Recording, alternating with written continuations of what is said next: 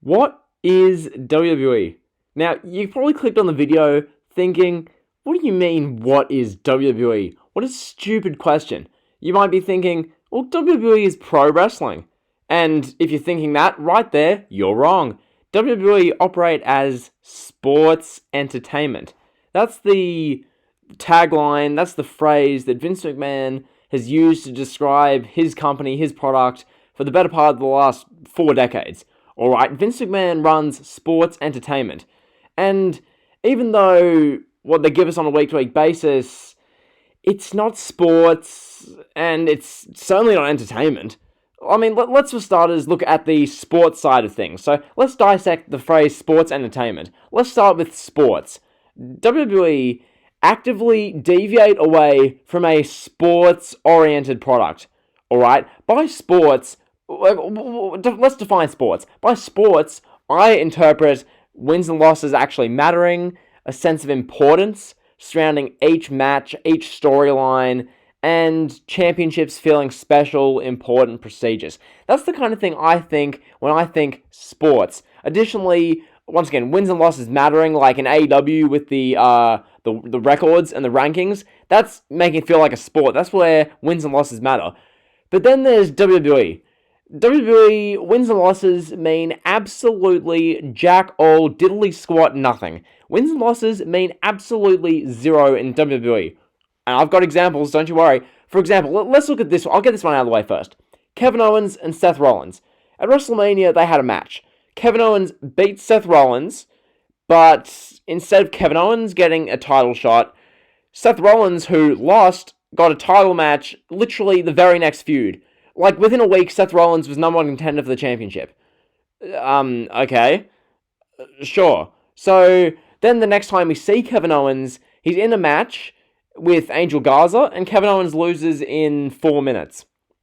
Right, interesting. So, that's one example. Or we can look at Braun Strowman. This is a great one. We look at Braun Strowman. The guy loses a 3-on-1 handicap match to the loser trifecta of Zayn, Cesaro, and Nakamura, who collectively had won about 2 matches in the past 4 months prior to the Elimination Chamber. Strowman has a 3-on-1 handicap against them for the IC title.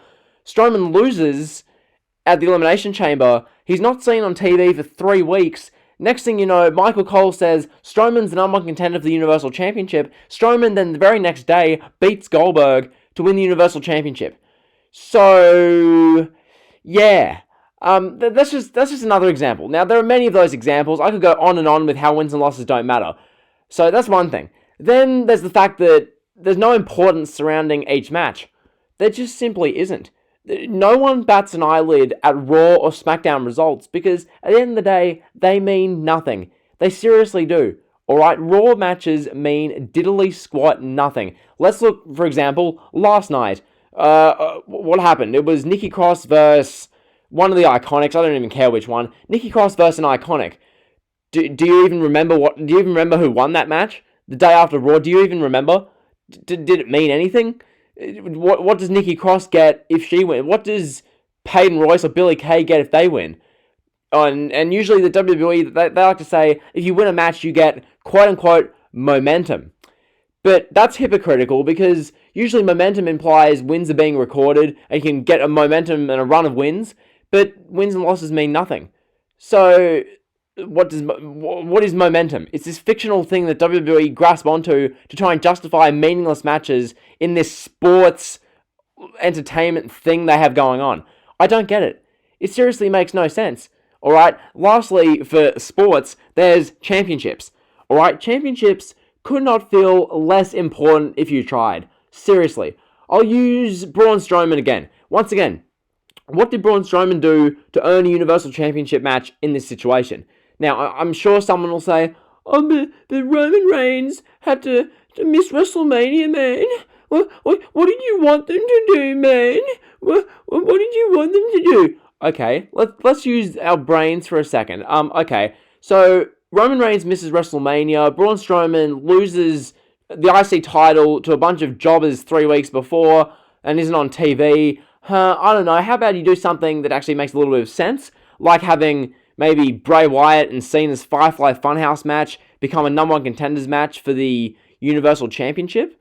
maybe. Or you could do something like Matt Riddle against Goldberg, because that actually makes sense. And even though that one doesn't make too much sense as far as wins and losses, at least it's not Braun Strowman losing to jobbers and then having the title match 3 weeks later. Now, this is a complete side rant, but you get my point. Alright, Braun Strowman did absolutely squat all nothing to get the title match. He wins the title, and it just makes the title feel just meaningless.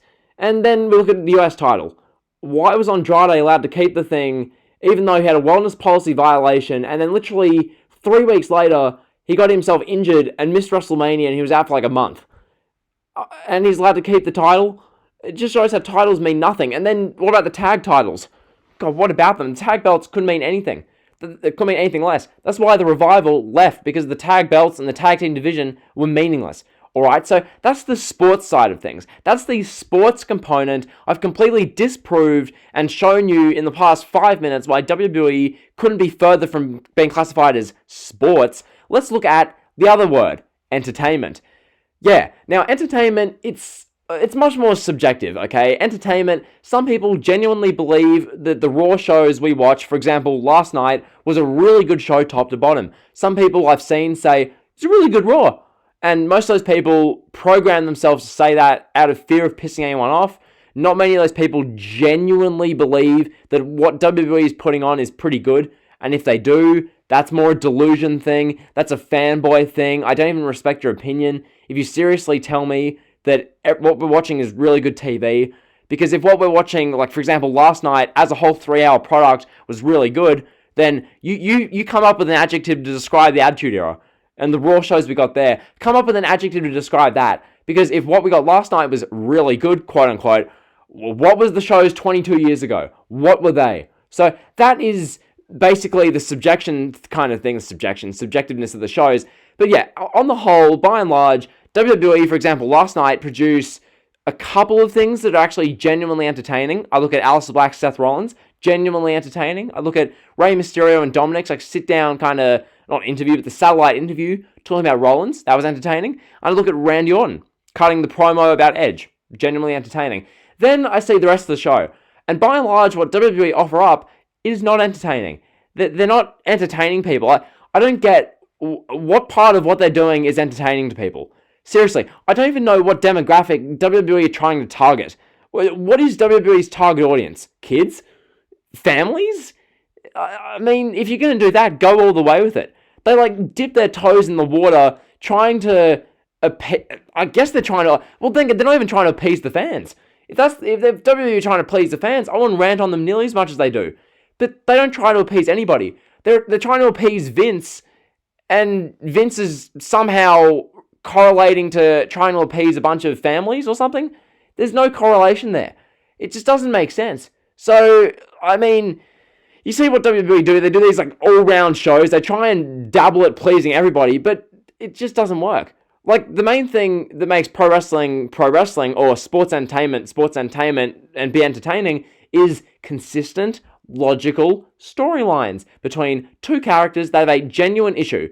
And we hardly ever see that in WWE. Because there's no continuity, no consistency, they don't build up characters, and when they do illogical stuff like Edge vs. Randy Orton in the greatest wrestling match ever.